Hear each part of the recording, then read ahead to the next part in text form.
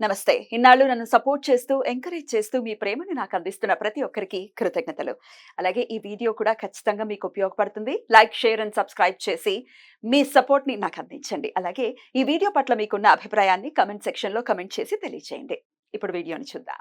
నమస్తే, welcome to our channel. నేను పద్మిని. ప్రస్తుతం మనతో పాటు ప్రముఖ ఆధ్యాత్మికవేత్త, నారీసేన ఫౌండర్, దత్త ఉపాసకురాలు శ్రీమతి లతా దత్త గారు మనతో పాటు ఉన్నారు. మాట్లాడదాం. నమస్తే అక్క. జై గురుదత్త. శ్రీ గురుదత్త అక్క. అక్క, ఈ సంవత్సరంలో వస్తున్నటువంటి మొదటి పౌర్ణిమ చైత్ర పౌర్ణిమ వచ్చేస్తోంది. మహా చైత్రిగా పిలుస్తూ ఉంటారు ఈ పౌర్ణిమని. మరి పౌర్ణమి అంటేనే డెఫినెట్ గా సకల కళల్ని సంతరించుకొని ఉంటాడు చంద్రుడు.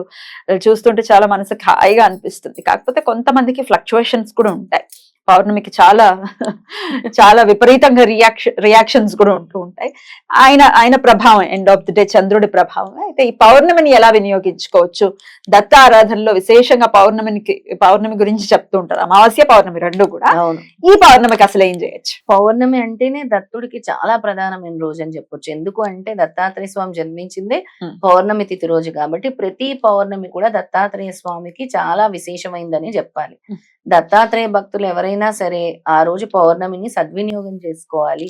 దత్తాత్రేయ సాధన చేయాలనుకున్న వాళ్ళు పౌర్ణమి రోజు దత్తాత్రేయ సాధన చేయాలి.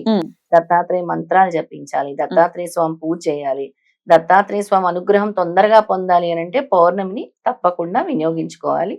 ఆ రోజు దత్తాత్రేయ స్వామిని పూజించాలి. ఆయనకు సంబంధించినటువంటి చరిత్రల పఠనము, స్తోత్రాల పఠనము, పూజ, సాధన ఏదైనా చేయొచ్చు. దత్తక్షేత్రాలకు వెళ్ళటం కూడా. ఇక ముఖ్యంగా పౌర్ణమి రోజు అని అంటేనే చంద్రుడితో సంబంధించింది అని చెప్పాం. అంటే ఎవరికైతే ఎక్కువ ఈ నెగిటివ్ ఎనర్జీస్ ఉంటాయో, అలాగే తలకి సంబంధించిన బాధలు, కొంతమందికి తీవ్రమైన తలపోటు వస్తుంది, కొంతమందికి స్ట్రెస్ అంటాము, మైగ్రేన్ అంటాము, యాంగ్జైటీ అంటాము, ఇలాంటివన్నీ కూడా తొలగాలి అంటే కూడా దత్తారాధన బాగా చేయాలి పద్మిని. చేస్తే వీటి నుంచి బయటపడొచ్చు. మనం చూస్తాం పౌర్ణమి తిథి రోజు ముఖ్యంగా దత్తక్షేత్రాలు గాన్గాపూర్లో అవ్వచ్చు, మన మొగిలిచెర్లలో అవ్వచ్చు, కురవపురంలో అవ్వచ్చు, ఈ మానసిక రుగ్మతులు ఉండే వాళ్ళందరూ, దెయ్యాలు, పిశాచాలు, భూత ప్రేత పిశాచాలు, ఈవిల్ ఫోర్సెస్ ఉండే వాళ్ళందరినీ కూడా పౌర్ణమి తిథి రోజు తీసుకెళ్లి అక్కడ పెడతారు. ఎందుకు అని అంటే అక్కడ జరిగేటటువంటి పల్లకి ఉత్సవంలో పాల్గొనటం వల్ల అక్కడ ఏవైతే వాయిద్యాలు వస్తాయో, ఏవైతే దత్తుడు మంత్రాలు అవి చదువుతూ ఉంటారో వాళ్ళకి ఆ వైబ్రేషన్స్ అని వస్తూ ఉంటాయి. వచ్చి వాళ్ళ మానసిక స్థితి బాగుపడుతూ ఉంటుందన్నమాట. అందుకే దత్తక్షేత్రాలు విపరీతంగా కూడా దత్త భక్తులతో నిండిపోతుంది. భయంకరంగా ఎక్కడి నుంచి వస్తారో తెలియదు.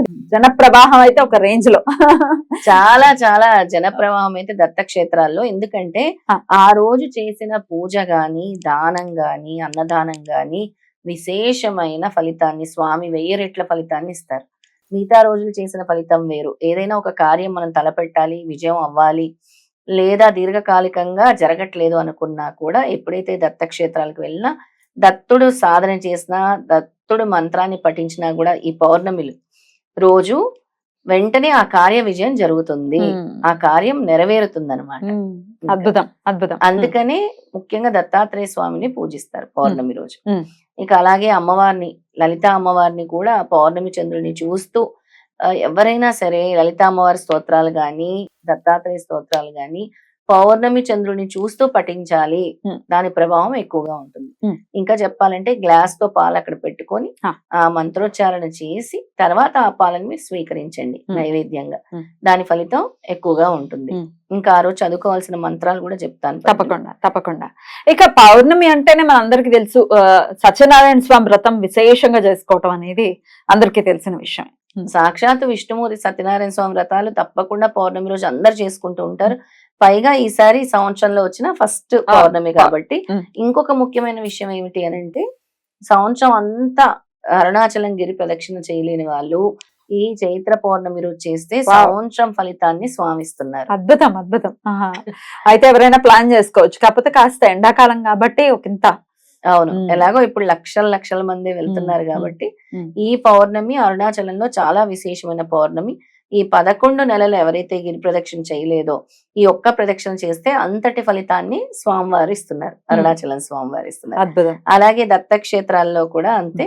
మొదటి పౌర్ణమి కాబట్టి ఎవరు వెళ్ళినా కూడా ఈ సంవత్సరంలో మొదటి పౌర్ణమి కాబట్టి మీరు అనుకున్నవన్నీ కూడా కార్య విజయాలు చక్కగా జరుగుతాయి. కానీ మీరు వెళ్ళేటప్పుడు దత్తాత్రేయ స్వామికి అక్కడ ఎండాకాలం కాబట్టి స్వామికి ఏదైనా గాని దానం ధర్మం చేస్తే చాలా ఇష్టం.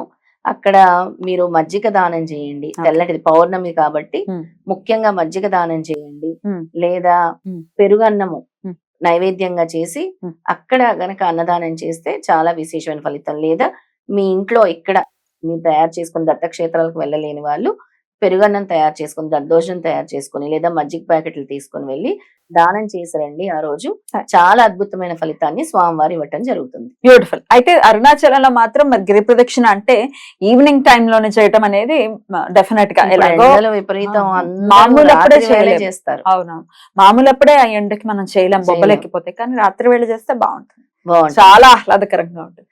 సుమారు 7 o'clock కి అట్లా స్టార్ట్ చేసుకుంటే చక్కగా చేసేయచ్చు. 7 స్టార్ట్ అయితే అయిపోతుంది, 11 గంటల లోపల అయిపోతుంది. కొంతమంది 10:30 వరకు అయిపోతుంది. చక్కగా పౌర్ణమి వాళ్ళని చూస్తూ అరుణాచల శివ అరుణాచల శివ అనుకుంటూ గిరి ప్రదక్షిణ చేస్తే ఆ నామంతో చక్కగా మీరు అనుకున్నవన్నీ కూడా సిద్ధిస్తాయి. ముఖ్యంగా నడక వల్ల ఏమవుతుంది అంటే పద్మిని ఎప్పుడు చెప్తూ ఉంటాను నేను, శని బాధలు తొలగాలి అంటే ఈశ్వరుని ఆరాధించాలి. ఆ నడక గిరి ప్రదక్షిణ వల్ల మీకు ఉండేటువంటి ఏళ్ళనాటి శని దోషాలు, అలాగే అర్ధాష్టమ శని దోషాలు ఇవన్నీ కూడా తొలగాలి అంటే ఈ గిరి ప్రదక్షిణ మీకు ఒక మంచి ఫలితాన్ని ఇవ్వబోతుంది ఖచ్చితంగా నడక వల్ల. ఓకే, అయితే ఇంట్లో చేసుకోవాల్సినటువంటి నామం గురించి కూడా చెప్తా అన్నారు కదా, చెప్పకుండా పద్మిని. ఈ దత్తాత్రేయ మహామంత్రం ఇస్తున్నాను ఈ పౌర్ణమి రోజు చదువుకోవడానికి. తొలి పౌర్ణమి కాబట్టి ఈ మహామంత్రాన్ని మీరు ఈ పౌర్ణమి రోజు నుంచి స్టార్ట్ చేసి ఈ సంవత్సరం అంతా కూడా చక్కగా దాన్ని పట్టుకోండి. అంటే ప్రతిరోజు సాధన చేయలేని వాళ్ళు గురువారం అయినా చదువుకోండి, ప్రతి పౌర్ణమి అమావాస్యలకు చదువుకోండి, ఏకాదశి రోజు చదువుకోండి, అష్టమి రోజు చదువుకోండి. దత్తాత్రేయుడికి ముఖ్యమైన తిథుల రోజు. సో చిత్తా నక్షత్రం కాబట్టి శ్రీపాద వల్లభ స్వామికి మీరు ఎలాంటి కోరిక కోరుకున్నా కూడా శ్రీపాద వల్లభుడు వెంటనే తీరుస్తారు, శ్రీపాద వల్లభ స్వామి. అందుకే ఈ పౌర్ణమి విశేషం, చిత్తా నక్షత్రం కాబట్టి. అయితే ఈ స్తోత్రము దత్తాత్రేయ మహామంత్రం ఓం హరి ఓం పరబ్రహ్మ పరమాత్మనే హరిహర బ్రహ్మేంద్రాయ దత్తాత్రేయాయ స్వాహ. మరొకసారి చెప్తాను, ఓం హరి ఓం పరబ్రహ్మ పరమాత్మనే హరిహర బ్రహ్మేంద్రాయ దత్తాత్రేయాయ స్వాహ. ఇది దత్తాత్రేయ స్వామి మహామంత్రము. 108, 216, 324, 504, 1008 కూడా చదువుకోవచ్చు. అద్భుతం. పౌర్ణమి రోజు అంతా చదువుకోవచ్చు. ఈ సంవత్సరం అంతా మీకు బాగుండాలి అని చిత్తా నక్షత్రం ముఖ్యంగా ఉంది కాబట్టి మీరు అందరూ కూడా చదువుకుంటే విశేషమైన ఫలితము. తర్వాత దత్తాత్రేయ గాయత్రి మంత్రం దీంతో పాటు ఓం గురుదేవాయ విద్మహే పరబ్రహ్మాయ ధీమహి తన్నో సద్గురు ప్రచోదయాత్. ఓం గురుదేవాయ విద్మహే పరబ్రహ్మాయ ధీమహి తన్నో సద్గురు ప్రచోదయాత్. ఇది కూడా 108 సార్లు చదువుకుంటే తప్పకుండా వెంటనే తదాస్తు అనే దత్తాత్రేయ స్వామి మీ కార్యసిద్ధిని జయం కలిగేలా చేస్తారు. అద్భుతం. మీరు ఏదైతే కార్యం తలబెడతారో జయం జరిగేలా. అద్భుతం అక్క. చైత్ర పౌర్ణమి నాడు ఖచ్చితంగా మన వాళ్ళందరూ కూడా ఈ చెప్పినటువంటి విధి విధానాలని పాటిస్తూ తమ తమ కోరికల్ని ఖచ్చితంగా నెరవేరాలి. కోరికలు లేకుండా ఎవరు ఉండరు, కోరిక అనేది ఖచ్చితంగా ఉంటుంది. అది ధర్మబద్ధమా కాదా అనేదే మ్యాటర్. అవి నెరవేరాలి, కోరికలే కోరుకోవాలి. దయచేసి వివరించారక్క. Thank you so very much. నమస్తే. జయ గురుదత్త శ్రీపాదరాజం శరణం ప్రపద్యే. శ్రీ దత్తరాజం శరణం ప్రపద్యే.